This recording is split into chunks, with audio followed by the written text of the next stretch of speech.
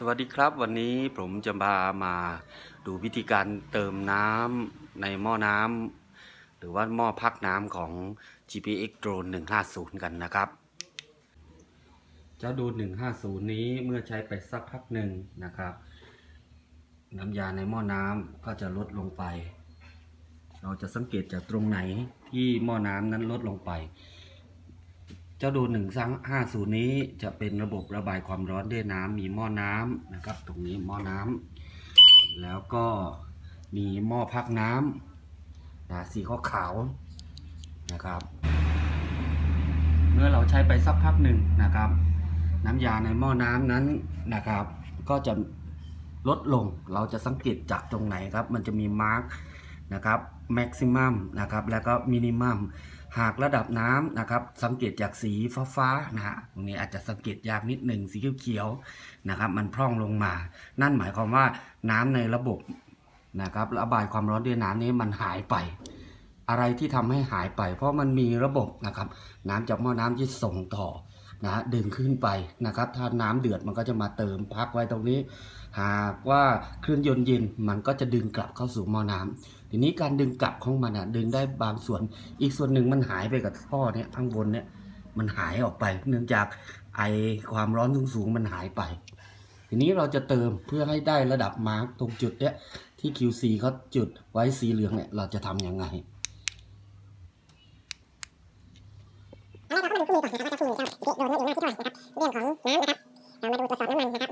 เรามาดูนะครับอยู่ในคู่มือหน้าที่นะครับ27นะครับหน้าที่27เดี๋ยวเราไปเปิดกันนะครับเราเปิดมาหน้า27เมื่อเจอหน้า27แล้วนะครับเราจะสังเกตดูว่าการตรวจสอบระบบระบายความร้อนด้วยน้ำสามารถตรวจสอบได้3ข้อนะครับทำการจอดรถจักรยานด้วยขาตั้งหลักนะครับตรวจสอบน้ำและท่อว่ามีรอยรั่วไหม3ตรวจสอบว่ามีรอยหยดน้ำจากหม้อน้ำหรือไม่หากว่าไม่มีนะครับเราก็จะต้องทำการอะไรครับเติมเข้าไปการเติมน้ำรอเย็นมีคู่มือให้นะครับเราจะต้องเติมสารนะครับความเข้มข้น 50% หมายความว่า50 ต่อ 50หากเราไม่มีเราทำยังไงก่อนต้องเติมด้วยน้ำกัดด้วยการเปิดฝาทีนี้ปัญหาก็คือฝามันอยู่ตรงไหนแล้วทีนี้เราก็เปิดหานะครับเดี๋ยวเราก็จะเปิดดูก่อนเปิดฝาบอกเปิดมาแล้วนะครับมันก็ไม่มีช่องเติมที่ไหนนี้เราจะทำยังไงดีเราจะต้องจำเป็นจะต้องใช้เครื่องมือ ถอดเบาะออกนะครับ ประกอบไปด้วยประแจเบอร์10นะครับเป็นประแจตัวทีตัวนากรวย1อันแล้วก็น้ำกันนะครับเติมแบตเตอรี่หรือว่าน้ำกันไม่ใช่นะครับต้องเป็นน้ำกันอย่างเดียวนะครับเติมได้ทั้งแบตเตอรี่แล้วก็เติมได้ทั่วไปเหตุผลที่เราต้องใช้น้ำกันก็คือจะลดปัญหาตะกอนที่ปนมากับน้ำโดยเฉพาะน้ำแร่ต่างๆนะครับเรามาเริ่มถอดกันเลยนะครับเริ่มต้นด้วยการใช้ประแจเบอร์ทีนะขันน็อตเบอร์10อยู่ตรงไหนนะครับ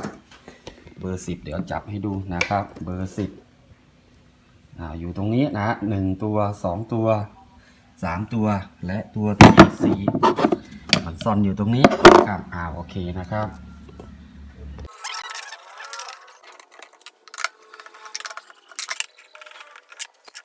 เมื่อถอดออกมาแล้วเราจะพบน็อต4ตัวนี้นะครับไซส์เดียวกันขนาดเดียวกันจำให้ดีนะครับตำแหน่งให้ดีนะครับ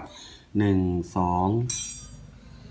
3แล้วก็4นะครับทีนี้การที่จะยกออกได้นั้นเราจะต้องเอาฝาน้ำมันนี้ออกก่อนนะครับยกออกนะครับเดี๋ยววางที่ได้ที่1นะครับระวังฝาน็อตนะฮะตัวน็อตเนี่ยหล่นไปเก็บวางทีนี้เราก็ทำการยกออกได้และให้สังเกตมันจะมีท่อรูระบายน้ำมันทิ้งตรงนี้มันจะมีท่อเชื่อมออกค่อยๆดึงออกนะเรามาดึงยกออกนะครับตรงนี้เราสังเกตดูว่ามันจะมีท่อยางก็ดึงจุกออกแล้วยกออกไปวางในที่ที่ปลอดภัยก่อนนะ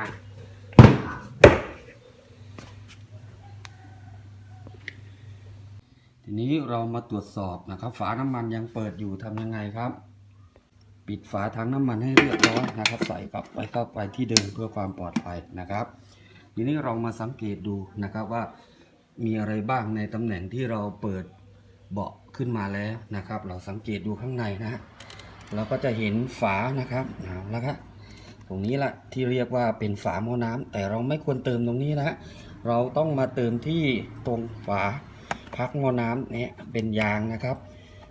งัดออกมาได้เลยนะครับ ใช้แรงนิดนึงนะเห็นแล้วนะครับเนี่ยเปิดฝาได้แล้วนะตรงนี้มันก็จะมีสายคล้องกันหล่นหายนะพยายามดึงเบาๆอย่าให้ขาดนะครับทีนี้เราจะเติมน้ำกลั่นลงไปนะครับค่อยๆเติมนะครับสังเกตดูพอประมาณหนึ่งนะครับ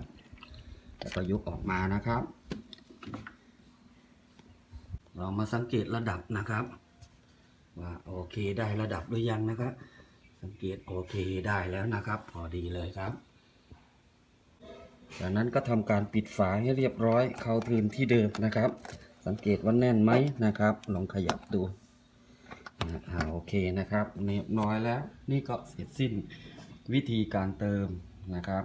น้ำตรงหม้อพักน้ำของระบบระบายความร้อนด้วยน้ำ